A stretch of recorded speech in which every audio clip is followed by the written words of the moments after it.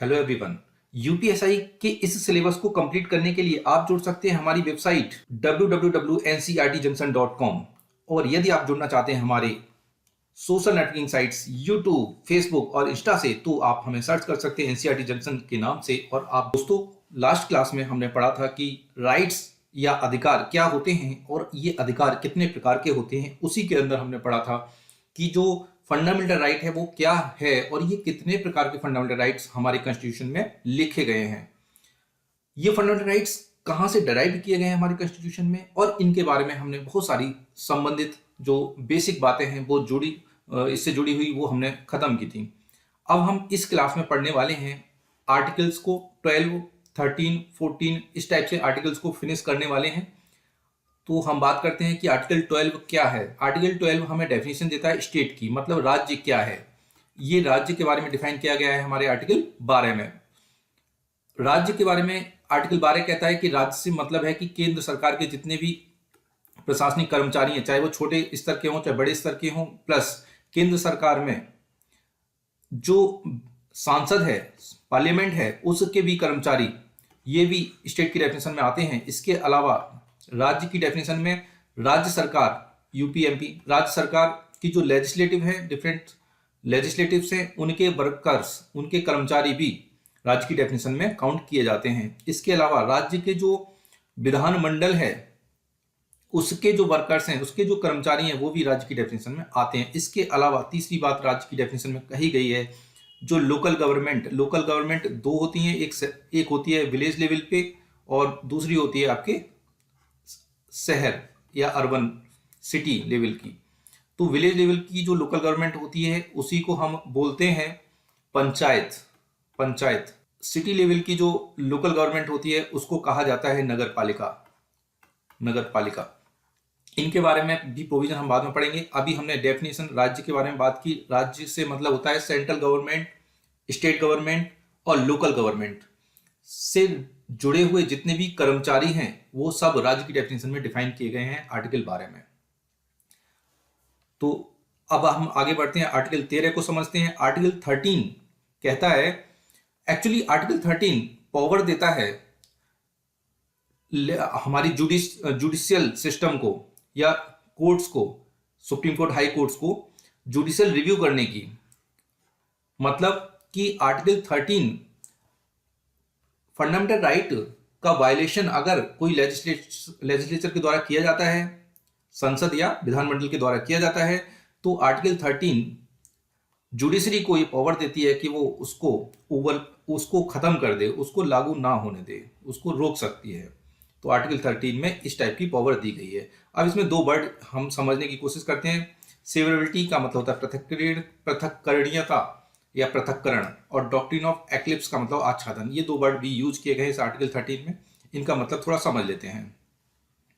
देखिए, अगर सेवरेबिलिटी का मतलब समझते हैं कि अगर पार्लियामेंट के थ्रू या स्टेट की लेजिस्लेटिव असेंबली के थ्रू कोई एक लॉ लागू किया जाता है जिसमें कुछ प्रोविजंस तो ऐसे हैं जो फंडामेंटल राइट को ओवरलैप कर रहे हैं और कुछ प्रोविजंस उसी में ऐसे हैं कि वो फंडामेंटल राइट को ओवरलैप नहीं कर रहे हैं, तो उस कानून या उस लॉ के वो प्रोविजंस लागू हो जाएंगे जो ओवरलैप नहीं कर रहे हैं, जबकि जो ओवरलैप कर रहे हैं वो लागू देश में नहीं होंगे, उनको रोक दिया जाएगा। ये होता है सेवरेबिलिटी का मतलब, फंडामेंटल राइट को ओवरलैप करने वाले जो प्रोविजंस हैं उनको लागू नहीं होने दिया जाएगा, और जो फंडामेंटल राइट्स को ओवरलैप नहीं कर रहे हैं उनको लागू किया जा सकता है उस एक ही सेम कानून में। दूसरा है डॉक्ट्रिन ऑफ एक्लिप्स, मतलब आच्छादन। आच्छादन का मतलब होता है कि यदि लेजिस्लेटिव के थ्रू कोई भी ऐसा लॉ बनाया जाता है जो फंडामेंटल राइट के किसी भी प्रोविजन को ओवरलैप करता है, तो वो कानून लागू नहीं किया जाएगा, उसको रोक दिया जाएगा। इसको एक्लिप्स कहा गया है। और इसका एक्लिप्स में ये भी इंक्लूडेड है कि यदि 26 नवंबर 1949 जब भी हमारा जो कॉन्स्टिट्यूशन लागू किया गया था, उससे पहले का भी अगर कोई भी प्रोविजन ऐसा है जो फंडामेंटल राइट को ओवरलैप कर रहा है या फंडामेंटल राइट को लागू होने से रोक रहा है, तो उसको भी छिप जाएगा और फंडामेंटल राइट को वैल्यू दी जाएगी। ये एक्लिप्स कहता है। तो आर्टिकल 13 ही जुडिशरी को जो हमारी जुडिशरी है उसको रिव्यू करने की पावर देता है। तो आगे बढ़ते हैं, आर्टिकल 14 पे आते हैं। आर्टिकल 14, तो देखिए यहां से स्टार्ट होता है। पहला मौलिक अधिकार वो है राइट टू इक्वालिटी, मतलब समानता का अधिकार। इस आर्टिकल 14 में कहा गया है कि इक्वलिटी बिफोर लॉ, मतलब कानून के सामने सभी समान होंगे। और ये जो आर्टिकल 14 का प्रोविजन है वो इंग्लैंड के कॉन्स्टिट्यूशन से अडॉप्ट किया गया था। लेकिन कानून के सामने सभी समान होंगे ये कहा गया है, लेकिन इस आर्टिकल में कुछ एक्सेप्शन हैं, उनको भी समझना जरूरी है। ये 3 प्रकार के एक्सेप्शन दिए गए हैं, 1, ये 2 और ये 3। पहला एक्सेप्शन है जो हमारे महामहिम जिनको कहा जाता है प्रेसिडेंट और गवर्नर, इनके लिए 3 प्रकार के एक्सेप्शन इनको दिए गए हैं। पहला कि जो प्रेसिडेंट या गवर्नर अपने पद पर रहते हुए जो काम करते हैं, प्रशासनिक काम करते हैं, उनके द्वारा जो भी निर्णय लिए जाते हैं, उन निर्णय, अगर मान लीजिए कोई निर्णय वो गलत हो गया तो उनके अगेंस्ट में उनके पद से रिटायर होने के बाद भी किसी भी न्यायालय में कोई भी कार्रवाई या केस नहीं चल सकता। ये इनको एक्सेप्शन दिया गया है या इनको ये छूट दी गई है इस आर्टिकल से। दूसरा एक्सेप्शन तो ये प्रेसिडेंट और गवर्नर के लिए ही है। दूसरी बात कही गई है कि जो क्रिमिनल अटैक होते हैं हो सकते हैं बाय द प्रेसिडेंट और गवर्नर, मतलब कि प्रेसिडेंट और गवर्नर को क्रिमिनल अटैक्स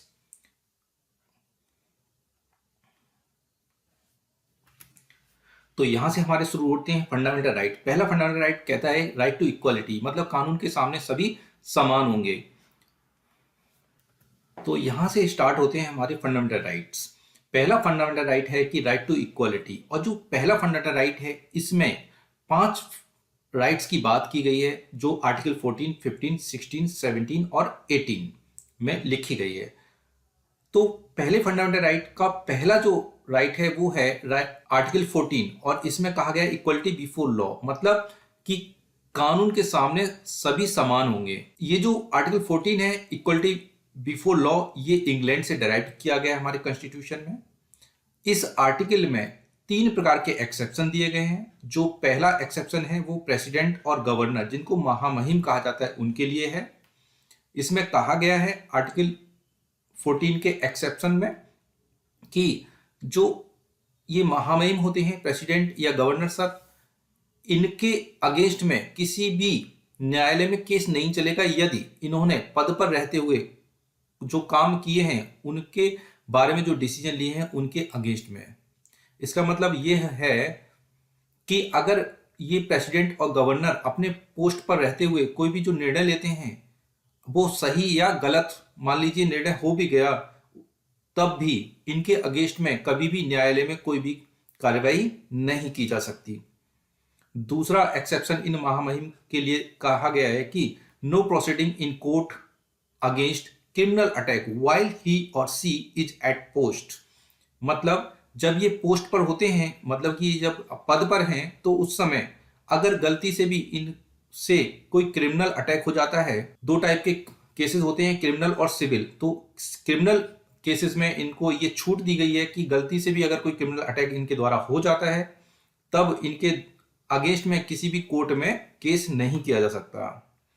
बट जबकि सिविल मामलों में इनको ये छूट दी गई है कि अगर सिविल मामलों में इनसे कोई केस हो जाता है तो इनको 60 दिन पहले, मतलब 2 मंथ बिफोर नोटिस देना कंपलसरी है।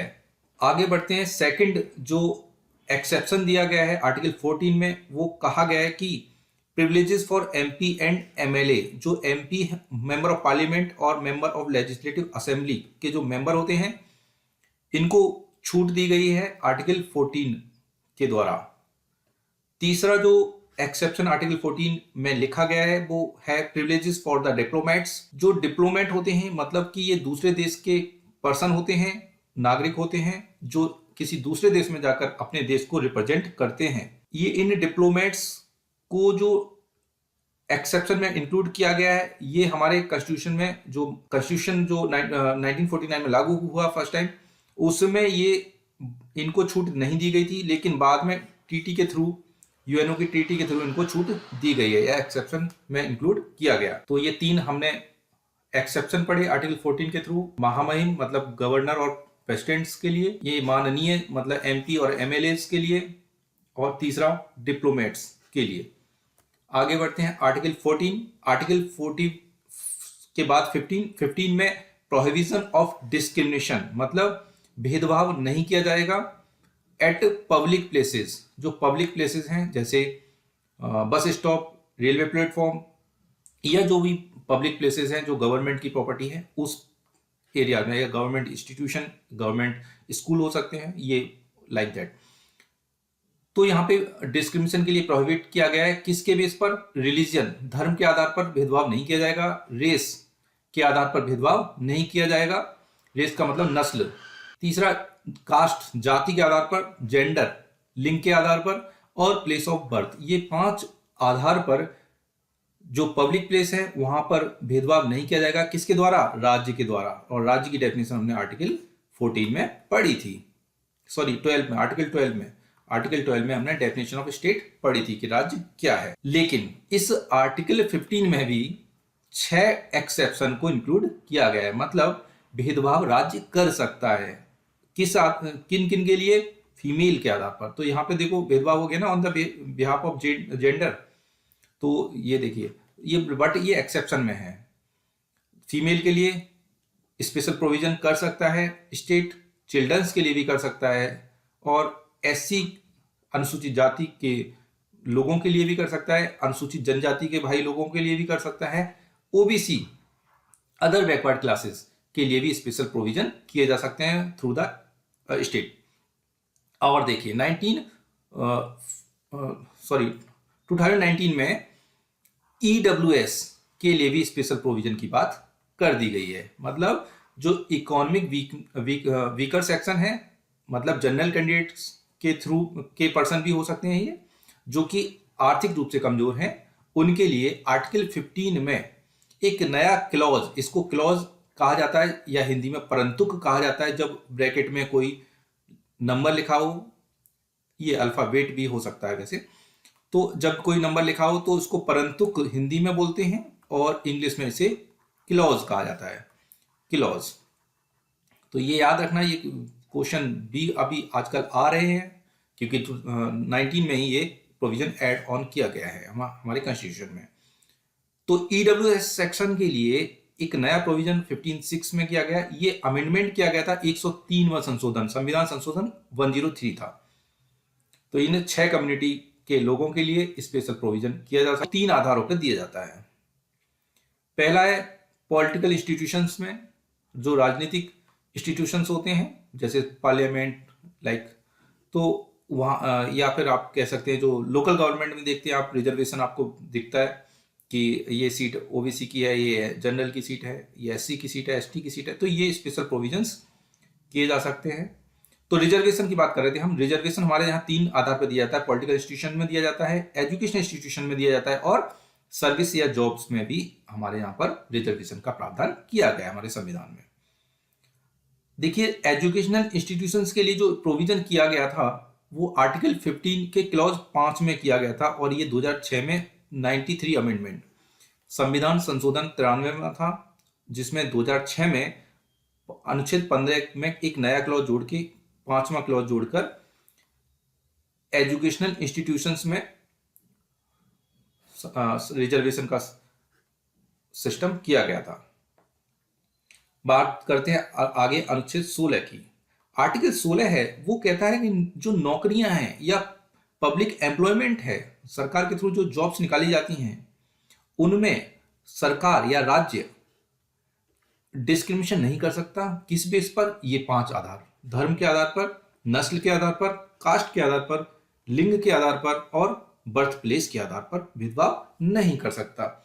ये अनुच्छेद 16 जो है वो नौकरियों में की बात करता है कि भेदभाव नहीं करेगा राज्य, जबकि अनुच्छेद 15 बात करता है जो पब्लिक प्लेसेस हैं उसमें भेदभाव राज्य नहीं करेगा।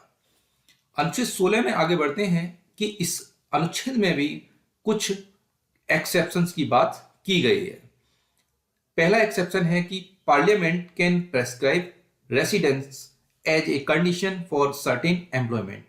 जो पार्लियामेंट है वो किसी क्षेत्र में रहने वाले लोगों के लिए उस क्षेत्र में नौकरियों में रिजर्वेशन की बात कर सकता है। मतलब जैसे तेलंगाना है, तेलंगाना में कुछ एक राज्य है, क्षेत्र है कि इस क्षेत्र में रहने वाला व्यक्ति ही यहाँ की इस नौकरी में एम्प्लॉय बन सकता है। तो ऐसा प्रावधान कौन कर सकता है? संसद, पार्लियामेंट कर सकती है ऐसा। दूसरा, post related to the religious institution, जैसे वक्फ बोर्ड है, अल्पसंख्यक आयोग है, ये जो संस्थान है ये मुस्लिम समाज से जुड़ी हुई संस्थाएं हैं। इन संस्थाओं में ये प्रोविजन किया जा सकता है कि इस समुदाय के लोग ही इस संस्था में काम कर सकते हैं या इस संस्था से जुड़े पद को ग्रहण कर सकते हैं। तो ये भी प्रोविजन किया जा सकता है। आगे बढ़ते हैं नेक्स्ट एक्सेप्शन में। देखिए, special provision for OBC in article 16 clause 4, अनुच्छेद 16 की क्लॉज 4 में ओबीसी समुदाय के लोगों के लिए स्पेशल प्रोविजन करने का प्रावधान किया गया है। ये अनुच्छेद 16 में मतलब कि ओबीसी के लिए रिजर्वेशन का सिस्टम किया गया है सरकारी नौकरियों में। और अनुच्छेद अब 2019 में ही जो इकोनॉमिक वीकर सेक्शंस हैं उनके लिए भी रिजर्वेशन का सिस्टम कर दिया गया है। ये आर्टिकल 16 के क्लॉज 6 में जोड़ा गया है। तो ये जरूर याद रखिएगा, अभी ये वाला पॉइंट जरूर याद रखिएगा कि ईडब्ल्यूएस इकोनॉमिक वीकर सेक्शंस के लिए जो आर्टिकल नौकरियों में रिजर्वेशन या स्पेशल प्रोविजंस की बात की गई है वो कहां की गई है? अनुच्छेद 16 के क्लॉज 6 में की गई है। देखिए note, there is no definition of OBC. हमारे संविधान में ओबीसी कौन हो सकता है, अदर बैकवर्ड क्लासेस किसको कहा जाएगा, इसकी कोई भी डेफिनेशन नहीं थी। तो अब 2 नहीं 3 कमीशन बन चुके हैं, यहां 2 नहीं 3 कह सकते हैं। अभी बात करते हैं। तो पहला कमीशन जो बना था वो 1953 में सरकार के द्वारा बनाया गया था और वो कमीशन था कालेलकर आयोग, कालेलकर कमीशन। इस कालेलकर कमीशन के द्वारा ओबीसी कौन है इसके बारे में डिफाइन करने की कोशिश की गई थी। आगे चलकर मंडल कमीशन, ये बहुत ही फेमस कमीशन है। मंडल कमीशन 1979 में सेंट्रल गवर्नमेंट के थ्रू अपॉइंट किया गया था। ये जनता गवर्नमेंट, जो नॉन कांग्रेस गवर्नमेंट पहली बनी थी, उसके द्वारा अपॉइंट किया गया था। इस मंडल कमीशन ने 1980 में अपनी रिपोर्ट रिकमेंड कर दी थी सेंट्रल गवर्नमेंट को, बट गवर्नमेंट चेंज हो गई थी, कांग्रेस गवर्नमेंट बन गई थी 1980 में। उस गवर्नमेंट के थ्रू इसको इंप्लीमेंट नहीं किया गया उस समय। 1989 में लगभग 10 साल के बाद वीपी सिंह की गवर्नमेंट बनी थी, ये प्रधानमंत्री जी बने थे। उन्होंने इस मंडल कमीशन को एक्सेप्ट किया, इसकी रिपोर्ट को, और ओबीसी समुदाय के लोगों के लिए 27% रिजर्वेशन कर दिया सरकारी नौकरियों में। आगे चलकर 1991 में पीवी नरसिम्हा राव प्रधानमंत्री बने और 1991 में पीवी नरसिम्हा सरकार ने 10% रिजर्वेशन और ऐड कर दिया इकोनॉमिक बैकवर्ड क्लास के लोगों के लिए। मतलब जो आर्थिक रूप से बैकवर्ड हैं उनके लिए 10% रिजर्वेशन और ऐड कर दिया गया पीवी नरसिम्हा राव सरकार के द्वारा। तो हम समझते हैं कि यहां से क्वेश्चन ऐसे पूछा गया है कई बार। देखिए समझते हैं, 1991 में जो रिजर्वेशन था हमारे देश में वो कुछ इस प्रकार हो गया था कि ओबीसी समुदाय के लिए जो रिजर्वेशन था वो आपका था 27%, जबकि इकोनॉमिक बैकवर्ड क्लास के लिए रिजर्वेशन था वो 10%।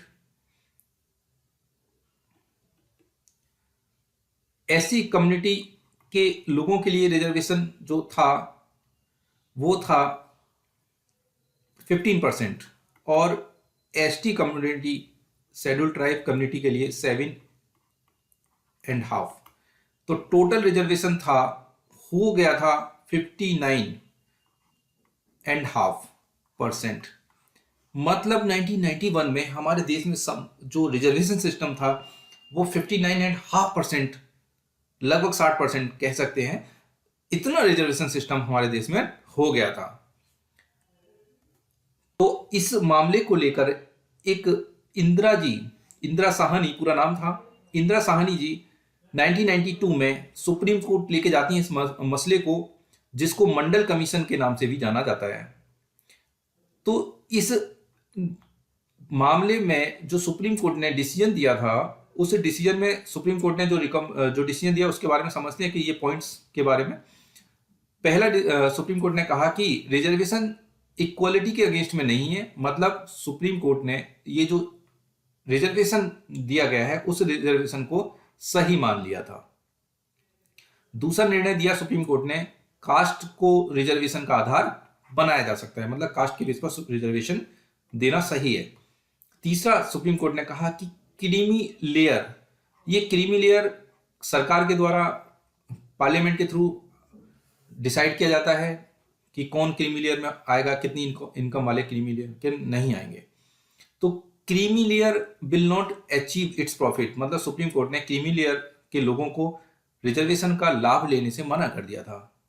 चौथा पॉइंट सुप्रीम कोर्ट ने कहा मैक्सिमम लिमिट ऑफ रिजर्वेशन, मतलब जो रिजर्वेशन है वो 59.5 तो बहुत ज्यादा हो गया साहब, उसको थोड़ा कम करो, 50% से ज्यादा नहीं होना चाहिए रिजर्वेशन, ऐसा कहा। नेक्स्ट पॉइंट सुप्रीम कोर्ट के द्वारा कहा गया कि जो रिजर्वेशन है भाई उसको प्रमोशन जो है प्रमोशन में इंप्लीमेंट नहीं करना चाहिए, लेकिन आगे चलकर पार्लियामेंट ने एक लॉ बना दिया और संविधान में ही जोड़ दिया 77 अमेंडमेंट के थ्रू 1995 में आर्टिकल 16 में क्लॉज 4A जोड़ दिया, और SC एंड ST के लिए, याद रखना यहां पर OBC के लिए प्रमोशन में रिजर्वेशन की बात नहीं कही गई है, या SC और ST के लिए रिजर्वेशन फैसिलिटी को ऐड कर दिया गया आर्टिकल 16 के क्लॉज 4A में। ये कब जोड़ा गया?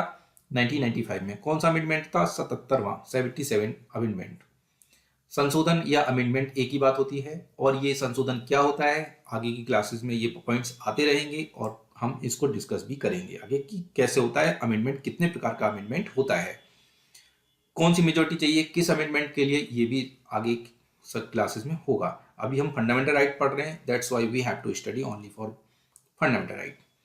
Now next decision supreme court ने कहा कि जुडिशियल रिव्यू इज पॉसिबल, मतलब कि जो रिजर्वेशन सिस्टम है जो लेजिस्लेटिव के थ्रू किया जा रहा है उसका जुडिशियल रिव्यू, मतलब कोर्ट जो है न्यायालय है उसका रिव्यू कर सकता है। एक और इंपॉर्टेंट बात करते हैं कि सुप्रीम कोर्ट ने कहा कि जो बैकलॉग वैकेंसी है उनको नेक्स्ट ईयर के लिए कैरी फॉरवर्ड नहीं करना चाहिए, भाई नहीं किया जा सकता।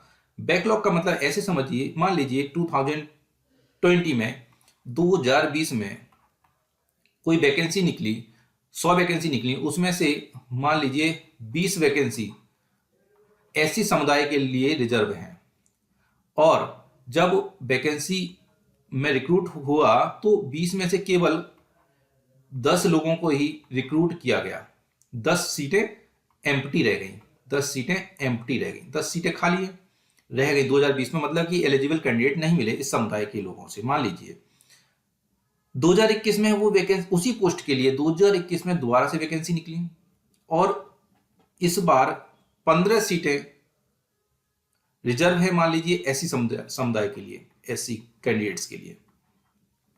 अब जो 10 सीटें बच गई थी 2020 में, ये सीटें बैकलॉग हो गई 2020 में। अब इन अगर सीटों को इसमें ऐड किया जाए +10, मतलब कि 2021 में ऐसी कम्युनिटी के लोगों के लिए रिजर्व होनी चाहिए सीटें 15 + 10 मतलब 25। 2021 में 25 लोगों के लिए वैकेंसी निकलेगी फॉर SC भाइयों के लिए। तो इसको बोलते हैं, आगे जो 10 सीटें आगे बढ़ गई इसको बोला जाएगा कैरी फॉरवर्ड, जो पिछली साल बच गई थी उनको बैकलॉग बोला जाएगा। तो सुप्रीम कोर्ट ने इंदिरा साहनी के मामले में इसको आगे बढ़ाने के लिए मना कर दिया था, मतलब कि कैरी फॉरवर्ड के लिए मना कर दिया, लेकिन हालांकि बाद में सुप्रीम कोर्ट ने अलाउ कर दिया, या सुप्रीम कोर्ट के थ्रू इसको अलाउ कर दिया गया बैकलॉग को कैरी फॉरवर्ड। लेकिन ये अभी प्रेजेंट में जो सिनेरियो है वो ये है कि बैकलॉग को कैरी फॉरवर्ड किया जा सकता है, लेकिन अधिकतम 3 इयर्स के लिए, 3 इयर्स के लिए बैकलॉग को कैरी फॉरवर्ड किया जा सकता है। ये अभी है प्रेजेंट सिचुएशन। आगे बढ़ते हैं, आर्टिकल 17 की बात करते हैं। अनुच्छेद 17 एक अनडिस्प्यूटेड आर्टिकल है और ये बात करता है कि जो अनटचेबिलिटी है वो किसी भी फॉर्म में एक्सेप्टेबल नहीं है, मतलब इस प्रस्ताव को किसी भी फॉर्म में स्वीकार नहीं किया जा सकता। इसको सभी लोग, किसी भी गवर्नमेंट के लोगों वो सभी एक्सेप्ट करते हैं, किसी ग्रुप के लोगों वो भी एक्सेप्ट करते हैं, इसलिए ये अनडिस्प्यूटेड आर्टिकल भी कहा जाता है। क्वेश्चन पूछा गया है कौन सा आर्टिकल अनडिस्प्यूटेड है, तो याद रखना 17 अनडिस्प्यूटेड आर्टिकल है। वैसे और भी आर्टिकल है लेकिन 17 भी याद रखना जो अनडिस्प्यूटेड हैं। आर्टिकल 17 को लेकर 1955 में 1955 में एक पार्लियामेंट ने एक एक्ट या कानून बनाया, उसको अनटचेबिलिटी ऑफेंस एक्ट कहा जाता है। 1955 में अनटचेबिलिटी ऑफेंस एक्ट बनाया गया। इसको 1976 में 1976 में पार्लियामेंट के द्वारा ही इसका नाम बदल दिया गया और नाम कर दिया गया है protection of civil liberties act, protection of civil liberties act. तो यही है इस अनुच्छेद के बारे में। आगे बढ़ते हैं, आर्टिकल 18 पे आते हैं। आर्टिकल 18 जो बात करता है वो एवोल्यूशन ऑफ टाइटल्स, टाइटल्स के बारे में मना करता है कि स्टेट, और याद रखना जो टाइटल्स के बारे में मना की गई है वो केवल स्टेट के, मतलब जो स्टेट है, स्टेट की डेफिनेशन आर्टिकल 12 में पढ़ी थी हमने। स्टेट टाइटल्स किसी को नहीं दे सकता, प्राइवेट पर्सन या प्राइवेट कंपनी तो टाइटल्स दे सकती है, बट स्टेट के द्वारा टाइटल्स पे मनाही की गई है। अब हम समझते हैं कि टाइटल और देखिए अवार्ड, ये सुप्रीम कोर्ट के द्वारा डिसीजन में बताया गया कि अवार्ड क्या है और टाइटल क्या है वर्सेस टाइटल। देखिए टाइटल का मतलब है सुप्रीम कोर्ट के द्वारा उपाधि, जैसे महाराजा धिराज की उपाधि, ये उपाधि है जिसको नाम के आगे ऐड किया जाता है और जो व्यक्ति को टाइटल दिया जाता है वो उसको स्पेशल प्रेस्टीज मिलती है, मतलब एक सम्मान मिलता है, उपाधि जिसको मिलती है वो उसको उसका निजी हित समाहित होता है उसमें। जबकि जो अवार्ड होता है वो, इसको सुप्रीम कोर्ट ने कहा है कि ये एक सम्मान होता है जो सोसाइटी में दिए गए, उसके द्वारा दिए गए योगदान, सोसाइटी में कोई व्यक्ति योगदान देता है, कुछ अच्छा काम करता है तो इसके बदले में इसको सम्मान दिया जाता है, इसको इंग्लिश में अवार्ड के नाम से कहा जाता है। जबकि टाइटल जो है वो एक उपाधि है जिसमें व्यक्ति का निजी हित समाहित होता है।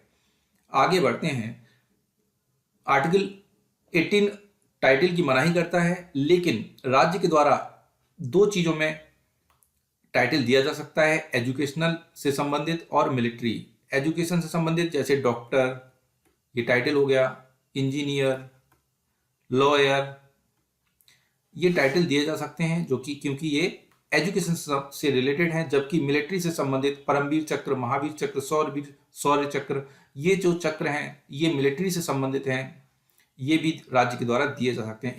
इनके अलावा एजुकेशन और मिलिट्री से अलावा कोई भी टाइटल राज्य के द्वारा नहीं दिए जा सकते हैं, ये एवोल्यूशन किया गया है। तो आगे बढ़ते हैं। तो दोस्तों 1955 की कहानी के बारे में समझते हैं कि 1954 में केंद्र सरकार या कांग्रेस सरकार के द्वारा भारत रत्न, पद्म विभूषण, पद्मश्री अवार्ड शुरू किए गए 1954 में।